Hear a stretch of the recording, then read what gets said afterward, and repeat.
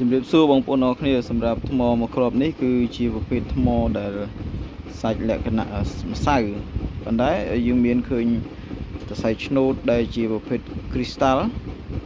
នេះដែលខ្ញុំបានធ្វើការកាត់មើលសាច់ហើយខ្ញុំយកមកខាត់ពូលាសាក់មើលតើសាច់នឹងពលឺអត់បាទខាត់មិនក៏បានពលឺដែរពលឺតែសរសៃឆ្នូតនេះទេបងប្អូនអរគ្នាបានពលឺតែសរសៃឆ្នូតទេឃើញទេនេះបានពលឺតែសរសៃឆ្នូតហ្នឹងទេអញ្ចឹងតែប៉ុនជាមួយថ្មនេះគឺតម្រង់ស្តៀងជាមួយនឹងកថាពណ៌ធម្មជាតិណាបាទនេះមានគ្រីស្តាល់ចាប់ហើយអត់មានធ្ងន់នេះស្រាលទេអញ្ចឹងសម្រាប់បងប្អូនដែលស្រឡាញ់ចូលចិត្តចង់យកទៅឆ្លាក់អីគឺអាច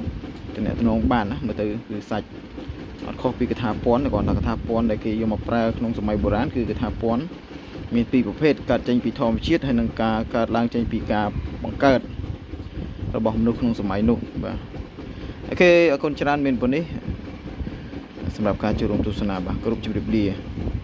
គឺត្រោកសក៏ស្អាតដែរនេះ